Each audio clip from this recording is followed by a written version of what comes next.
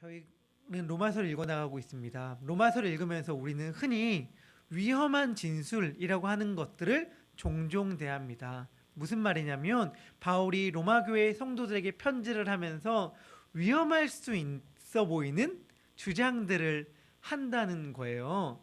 그러니까 이런 거예요. 예를 들면 죄가 더한 곳에 은혜가 넘친다. 이런 주장들은 얼마나 위험합니까? 혹 잘못 이해한다면 죄를 방조하는 것을 넘어 권장하는 것처럼 느껴지지 않습니까? 죄가 더한 곳에 은혜가 넘친다라는 주장 같은 거 말이죠. 뒤에 부분에 가면 바울은 또 이렇게 얘기를 해요. 음식과 절기 문제로 가운데 막 논쟁들이 벌어지거든요. 그러니까 음식이나 절기 문제라 하면 이런 거예요. 예수님이 안식일이 중요하냐? 아니면 다른 모든 날도 중요하냐? 우리로 치면 주일이 중요하냐? 아니다. 주일만 어떻게 거룩하냐? 다른 모든 날도 거룩하지. 이런 식의 논쟁들이나 아니면 음식 문제로 관해서 이걸 먹어도 되냐 안 먹어도 되냐 이런 막 논쟁들 가운데서 바울이 취하는 입장은 뭐냐면 자유거든요. 마음대로 해. 마음대로 해. 그러니까 어떠한 교회에서 가르침을 주고 기준을 분명히 제시해야 할 것 같은 상황 가운데서 바울은 갑자기 자유를 얘기한단 말이에요. 위험할 수 있는 거죠. 혼란을 부추길 수 있음에도 불구하고 바울은 그런 태도를 취합니다. 오늘 본문에서 살짝 그것과 비슷해 보이는 위험한 주장들을 해요. 예를 들어 오늘 본문을 이제 살펴보겠지만 그냥 오늘 살폈을 때 단편적으로 드는 이해는 이런 거죠. 구원에 의인이다. 의로 여기심을 받는다 하는 근거가 우리의 공로가 아니야? 우리의 행위가 아니야? 그럼 우리는 좀 마음대로 살아도 되겠네? 우리는 우리들의 뜻대로 살아도 되겠네? 어차피 내가 의롭다 함을 여김 받는 것은 나의 행위에 달려있는 것이 아니니까 마음대로 살아도 되겠네라고 할 만한 오해를 불러일으킬 수 있는 주장을 하는 것처럼 바울이 보인다는 것이죠. 사실은 이러한 주장들에 대하여 당연히 이렇게 설명할 수 있습니다. 어떻게 설명할 수 있냐면 그것은 바울의 말을 오해한 거야. 바울의 말을 오해한 거야. 바울이 말한 건 그런 뜻 아니야. 바울이 말한 바를 제대로 이해만 한다면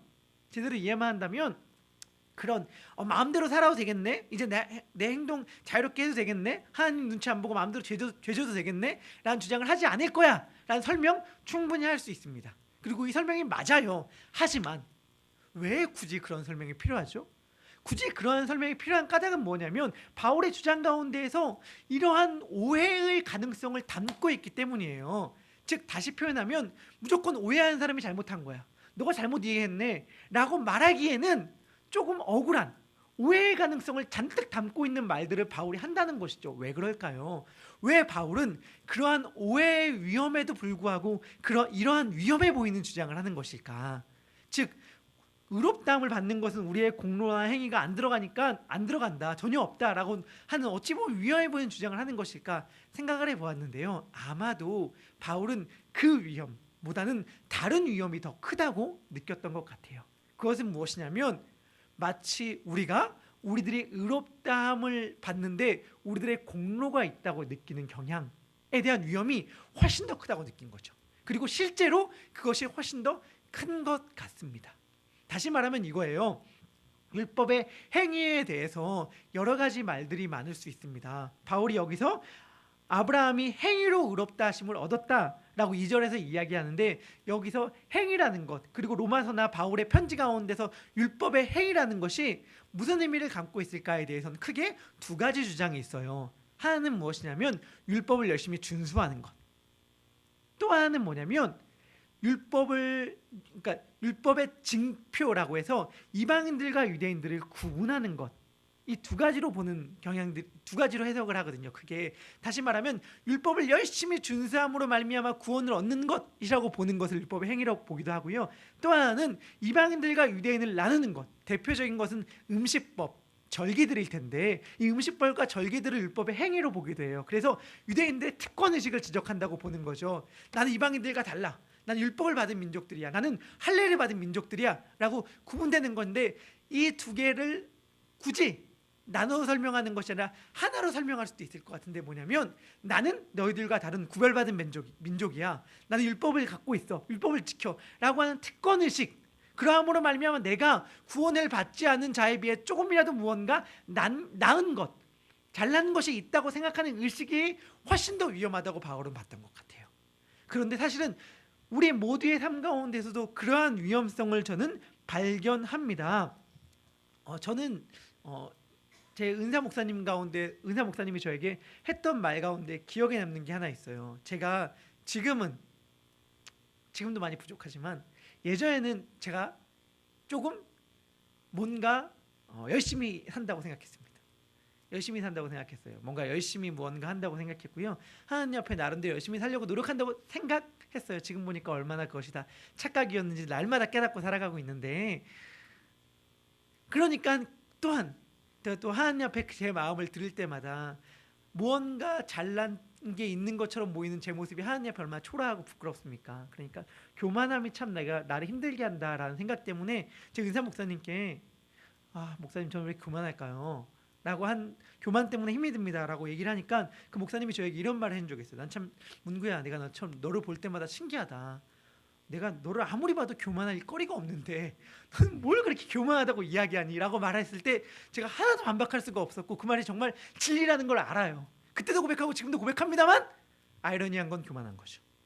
사실은 우리가 그렇지 않습니까? 정말 참 시사하고 간사한 게 뭐냐면, 사실 우리가 다 인정하잖아요. 우리가 얼마나 부족합니까? 우리가 얼마나 사실은 잘난 것이 없고 하나님 앞에 너무나도 죄뿐이 내세울 것이 없는 자들임에도 불구하고 교만하다는 사실이 얼마나 우리들로 하여금 참 하나님 앞에 정말 어쩔 수 없는 죄인이라는 고백을 할 수밖에 없게 만듭니까? 그런데 사실은 바울이 인간의 그 모습을 너무 잘 알기 때문에 그것을 이런 오해, 그러니까 구원을 받으려면 아무것도 안 해도 구원을 받는단 말이야? 그러면 구원받아도 아무것도 안 해도 되겠네? 라는 오해를 감수하면서까지 이렇게 주장을 한다고 저는 보여요. 이러한 자기 공로의식이 정말 우리들에게 강력하기 때문입니다.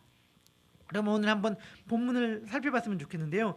특별히 오늘 본문 가운데서 바울은요, 이러한 주장들에 대하여 구약 가운데 가장 유명한 두 명의 인물을 예로 들어서 설명을 해요. 누구냐면 아브라함과 다윗이죠. 아브라함과 다윗은 구약 가운데서도 가장 유명한 두 인물 아닙니까? 그래서 마태복음도 예수님의 족보를 열면서 아브라함과 다윗의 자손 예수 그리스도의 세계라고 이야기를 하잖아요. 아브라함 이야기를 1절부터 3절까지 얘기하고 다윗 이야기를 4절부터 8절까지 가운데 이야기를 합니다. 1절부터 3절까지 가운데에서 아브라함에 대한 이야기를 하는데, 바울이 이야기하는 핵심이 뭐냐면 아브라함은 행위가 아니라 믿음으로 의롭다 함을 여기신 바 되었다는 거예요. 그렇죠? 너무 핵심입니다. 참 웃긴 게 뭐냐면요, 유대인들을 향하여 하는 지적인데, 유대인들은 아까 말한 대로 이방인들, 구원받지 못했다고 생각하는 백성들에 대하여 특별의식을 갖고 있었거든요. 왜요? 우리는 아브라함의 자손이야 라고 하는 특별의식을 갖고 있었는데, 바울이 얼마나 이걸 날카롭게 비판하냐면, 그리고 우습게 만드냐면, 너희들 아브라함의 자손이라는 걸 비판하느냐? 자랑스럽게 여기느냐? 아브라함도 자랑할 게 없는데, 아브라함도 자랑할 것이 없는데 아브라함의 자손이라고 자랑한단 말이야? 라고 바울은 지금 이야기하고 있는 거예요. 그런데 아브라함이 자랑할 것이 혹시 있다면 무엇이겠습니까? 아브라함이요, 할례를 받기 전에 창세기 15장에서 이미 의롭다 하심을 받고 창세기 17장에서 할례를 받고 그렇거든요. 할례를 받기 전에 의롭다 하심을 받았다는 것이 바울의 주된 논지인데, 우리가 이해할 때요, 바울은 그 설명을 굳이 하지 않지만 저는 그 생각을 해봤어요. 우리가 이해할 때 바울이 어마어마한 믿음의 사람이네 라고 이해한다면, 그것은 뭐죠? 아마 대표적인 사건은 창세기 22장에서야 가서야, 15장에 이미 의롭다 하심을 받지만 22장에서 가서야 바치는 이삭 사건일 거예요. 물론 바울은 이야기하지 않지만 제가 생각을 해봤어요.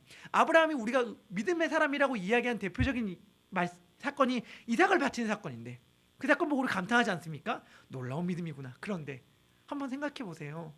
이거 아브라함이 나 이렇게 대단한 믿음 가졌습니다 라고 하나님께 자랑할 수 있는 것입니까? 이삭이 뭔데요? 이삭이 뭔데요? 도저히 가질 수 없는 걸 값없이 선물로 받은 거잖아요. 아브라함이 자기의 소유권을 조금 더 주장할 수 없는 것이 이삭 아닙니까? 자기의 소유권을 조금 더 주장할 수 없는 이삭을 다시 하나님께 드린 이 행위가 사실은 하나님 볼 때 그 무슨 믿음의 어마어마한 결단이겠어요. 사실은.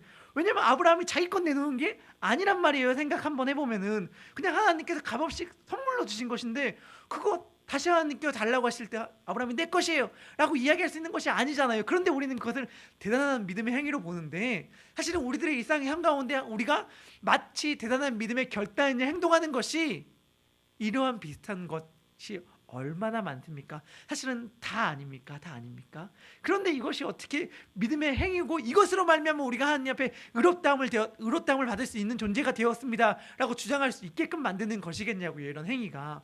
중요한 건 믿음이요. 믿음. 그런데 믿음도 바울은 뭐라고 설명하냐면 믿음으로 의롭다 여기심 바 되었다라고 주장을 한다는 거예요. 다시 표현하면 이런 겁니다. 내가 믿었기 때문에 이 의를 얻었습니다라고 아니라 그 믿음 때문에 하나님께서 의롭다 봐주신 바 되었다 이렇게 말하는 것이거든요. 그러니까 다 은혜죠. 다 은혜.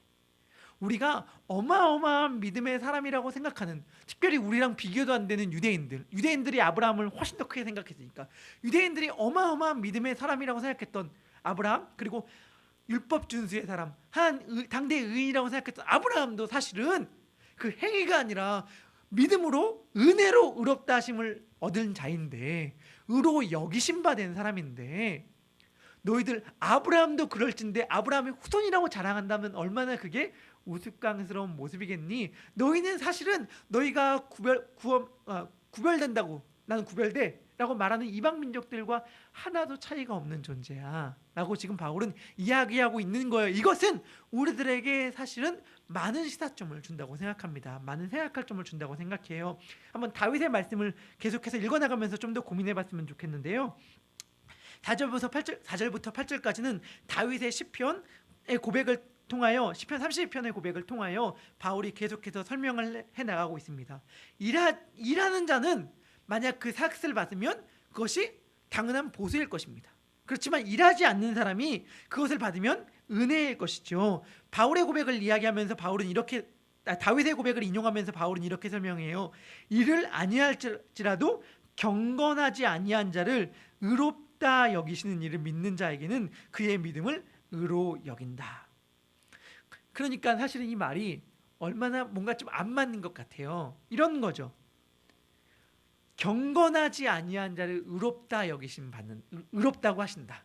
이 말이잖아요. 이 말은 참 사실은 불의한 재판장이나 할 것 같은 말 아닙니까? 불의한 재판장. 의롭지 않은 재판장이나 할 말이지. 의로운 재판장은 어떻게 해요? 불의한 자를 불의한다고 판결하고 의로운 자를 의로운 자로 판결하는 게 정직한 재판장이라고 이해되잖아요. 그럼 하나님은 불의한 재판관입니까? 아니죠. 하나님은 의로우신 재판관이죠. 그러나 우리가 불의한 자를 경건하지 아니한 자를 의롭다 할 때에 여기에 담겨져 있는 사건이 뭐죠? 십자가 사건 아닙니까? 십자가 사건. 우리의 경건하지 아니한 죄값을 홀로 감당하신 예수 그리스도의 십자가가 이 안에 있기 때문에 우리는 경건하지 아니한 자지만 의롭다 여기심 받은 자가 된 것이죠. 여기에 놀라운 십자가의 사건이 있는 것이지 하나님의 불의함이 있는 것이 아닙니다. 중요한 건 여기에 만약 불의함이 있다면 우리의 오해로 말미암은 불의함은 있을 수 있을 것 같아요. 뭐냐면 이런 거예요. 출애굽기 23장 7절에서는요 이런 선언을 합니다. 불의한 자를 의롭다고 한 것은 잘못된 것이다 라는 말을 출애굽기 27장 3절에서 23장 7절에서 이야기하거든요. 이 말을 우리는 받아들입니다. 가져와서 어떻게 적용하냐면 타인에게 적용을 해요.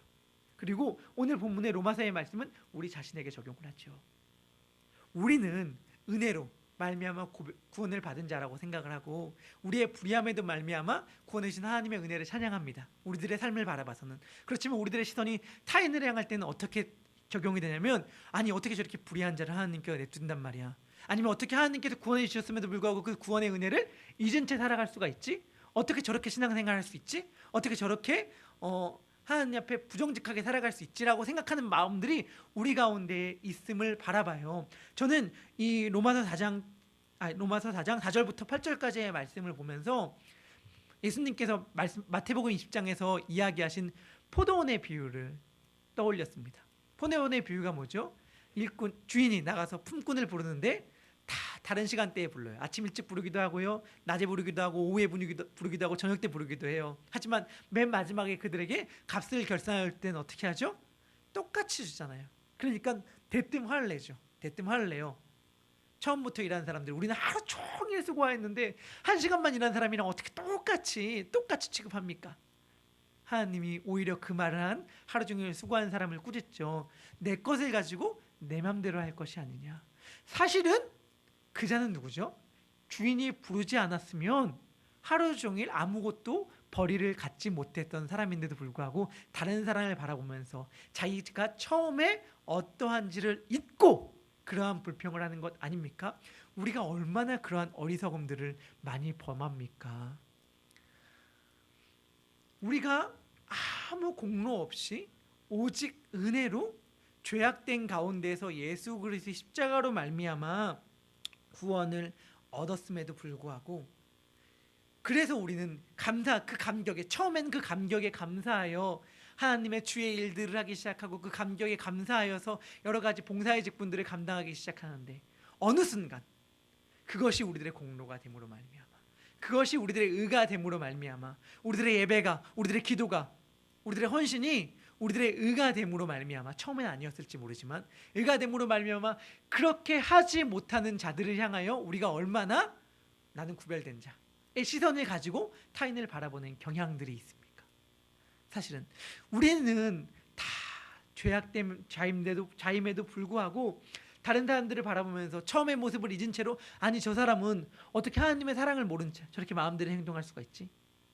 어떻게 저 사람은 그리스도인이라고 하는 사람이, 예수를 믿는다라고 하는 사람이, 직분자라고 하는 사람이, 집사라고 하는 사람이 어떻게 저렇게 자기 마음대로 행하면서 부정의한 행동을 할 수 있지? 라고 생각하면서 우리는 그들과 구별된 양, 그리고 우리가 그들과 구별된 이유는 내가 조금 더 하나님 앞에 헌신과 충성된 봉사의 직분을 감당하기 때문이라고 생각하는 오해와 오류에 빠질 때가 얼마나 많습니까? 아니라니까요. 아브라함도 자랑할 것이 없는데 우리가 아브라함 앞에서 명함 내밀겠습니까? 자기 아들을 바친 아브라함, 본토 고향 아버지의 집을 떠나 하나님의 말씀만 붙들고 나아갔던 아브라함도요, 하나님 앞에서는 자랑할 것이 아무것도 없다니까요. 아무것도 없어요. 오직 은혜입니다. 오직 아무것도 아닌데 의로 여기신 바 되었는데, 나 의인입니다 주장할 수도 없어요. 하나님이 그렇게 여겨주신 거예요. 다윗도 마찬가지예요. 다윗 고백 가운데서도 그러한 이야기가 나오죠. 경건하지 아니한 자를 의롭다 하시는 이를 믿는 자에게는 그의 믿음을 의로 여기시나니. 하나님께서 이렇게 봐주시니까 우리가 그 앞에 설 수 있는 거지. 우리가 하나님 앞에 명함 내밀겠습니까? 우리가 하나님 앞에 나 잘났습니다 이렇게 고백할 수 있겠습니까? 중요한 건 그 하나님이 어떤 하나님이에요? 우리를, 자 여러분 한 번만 깊게 생각해 보셔요. 우리를 구원하기 위하여 자기의 하나밖에 없는 아들을 죽이셨어요. 여러분, 하나님께서 하나님의 아들을 죽이시는 행위가 쉬웠겠습니까? 우리가 우리의 사랑하는 자녀를 생각해 봐요.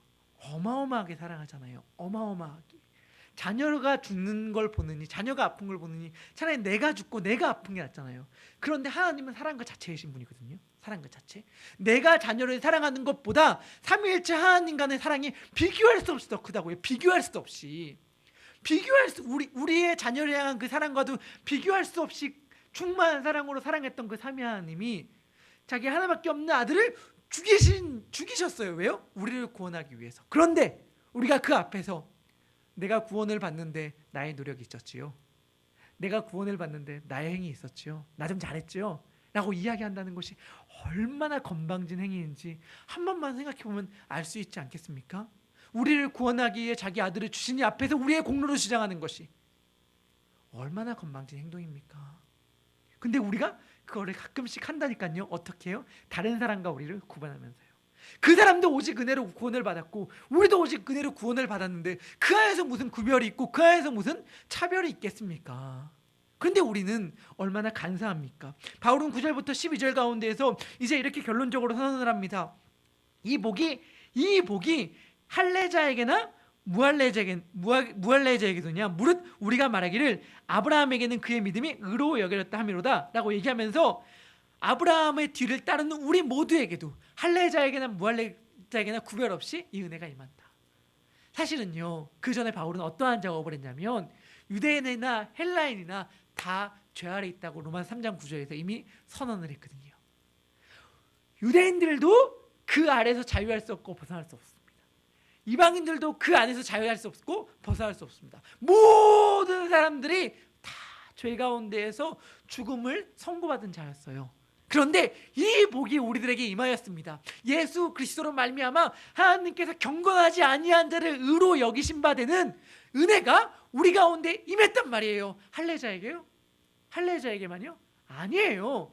할례자에게나 무할례자나 상관없이요, 아브라함이 무할례시에 가졌던 믿음의 자치를 따르는 모든 자에게 임했단 말입니다. 그 은혜가 임했기 때문에 우리가 오늘 살아갈 수 있는 겁니다.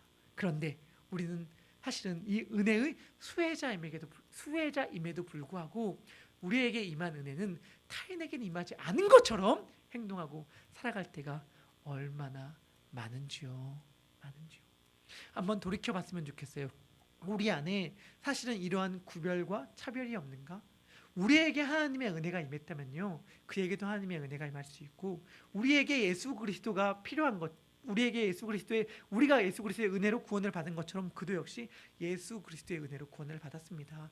여기에는 그 어떤 행위나 공로가 들어갈 수가 없어요. 우리가 옆에 사람보다 더 많이 수고한다고 하여 그것이 우리의 자랑이 될 수 있습니까? 아니죠. 사람 앞에서는 혹시 될지 모르겠지만 하나님 앞에서는 그 무엇도 자랑이 될 수 없고요, 그 앞에는 오직 예수 그리스도의 십자가만이 우리의 자랑이 될 수 있습니다. 오늘 하루 이 예수님의 십자가를 묵상하는 삶이었으면 좋겠습니다. 하나님, 아무 공로 없는 저희들을 오직 예수 그리스도의 십자가로 말미암아 구원해 주셔서 감사드립니다. 이 십자가의 은혜로 오늘 하루 살아가게 하여 주시고, 내 마음 가운데 혹시라도 다른 일을 향하여 판단하고 구별짓는 시선들이 있었다면 주님 용서하여 주시고 예수 그리스도 십자가 안에서 오직 하나 되게 하여 주시옵소서라는 마음을 가지고 오늘 하루를 살아가는 우리 모두가 되기를 주님의 이름으로 축복합니다. 기도하겠습니다. 하나님, 기도합니다. 아브라함도 자랑할 것이 없었는데 우리들은 아브라함의 후손이라는 것을 자랑합니다. 얼마나 어리석은지요. 우리를 구원하기 위하여 자기의 아들을 죽이시는 하나님 앞에 우리는 우리의 것을 자랑하며 마치 하나님께서 주시는 은혜를 우리의 권리인 양 행동할 때가 많음을 볼 때에 얼마나 우리가 어리석고 죄악된지요. 그런 우리들조차도 품으시는 하나님의 놀라운 사랑과 은혜에 너무나도 감사합니다. 하나님, 오늘 하루 십자가를 생각하는 삶이 되기를 소망합니다.